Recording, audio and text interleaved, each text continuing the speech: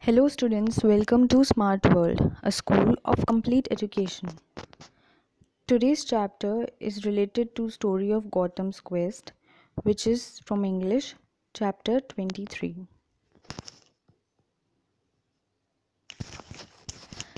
Gautam the Buddha was born over 2500 years ago as Prince Siddhartha.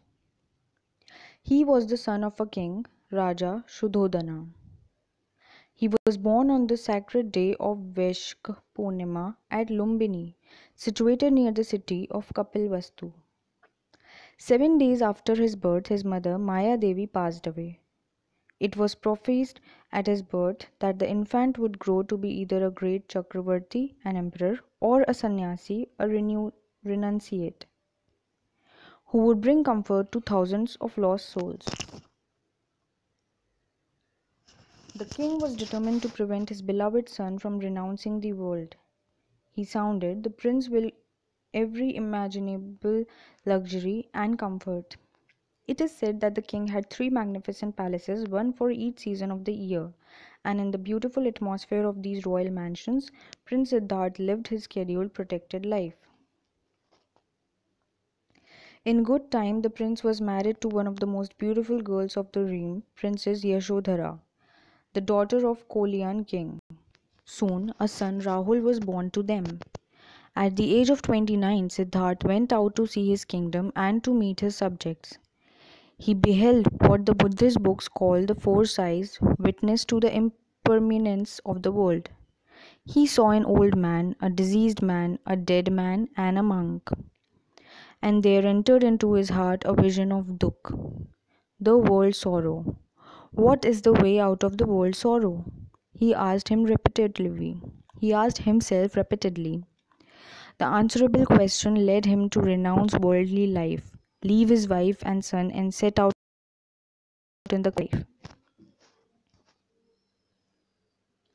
The story of Gautam's quest that ended in illumination and attained of nirvana is one of the most moving tales of our times. For 6 years did Gautam practice intense asceticism. For several days in succession he ate barely a grain of rice. His strong, athletic body was reduced to a bag of bones. But it served no purpose. The Buddha then scattered a handful of grass on the ground beneath the Bodhi tree and formed a seat for himself. I care not if my skin and nerves and bones decay, he thought. I care not if my life blood dries. I shall not give up until I attain to enlightenment. What divine willpower in these words, and what may not a man achieve if he would wake up his willpower? It is said that he saw a vision which contained a message for him. It acted as a spiritual stimulant to him.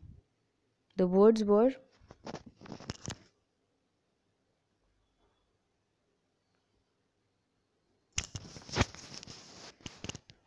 "Tune the sitar neither low nor high. The string overstretched breaks and the music dies. The string overslack is dumb and the music dies." He thought to himself, I too have tortured my body to starvation. I have taken to extremes. Let me follow the middle path. When he tried to get up to take a bath in the river, he found that he had become so weak that he could not rise. Just then, a beautiful girl named Sujata appeared before him carrying a golden bowl filled with sweetened milk and rice. When she saw the weakened ascetic, she offered the bowl at his feet. Lord, please accept my offering of milk and rice. Buddha accepted her offering. This was the first meal after many days of starvation. It refreshed him and infused a new strength in him.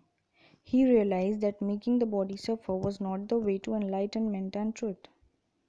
Gautam had longed for enlightenment. That night, he found the answer to his query. What is the cause of sorrow? The cause of sorrow is desire. The cure for sorrow is to give up all desires and adopt right living. Born under a tree, the Buddha received illumination as also under a tree. To this day, we venerate this tree as the Bodhi tree.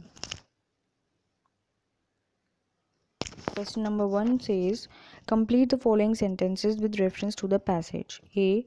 Gautam the Buddha was born over 2500 years ago as dash. B. The king was determined to prevent his beloved son from dash. C. For 6 years did Gautam practice dash. D. He realized that making the body suffer was not dash. E. To this day we venerate this tree as dash. 2. Write short notes on the following. A. Prince Siddharth's protected life. B. The 4 signs that Prince Siddharth beheld. C. The message in the vision. And D. Sujata's offering. 3. Read aloud a paragraph of your choice from the passage. 4. Visit a library, read stories about Gautam Buddha, relate one story in the class.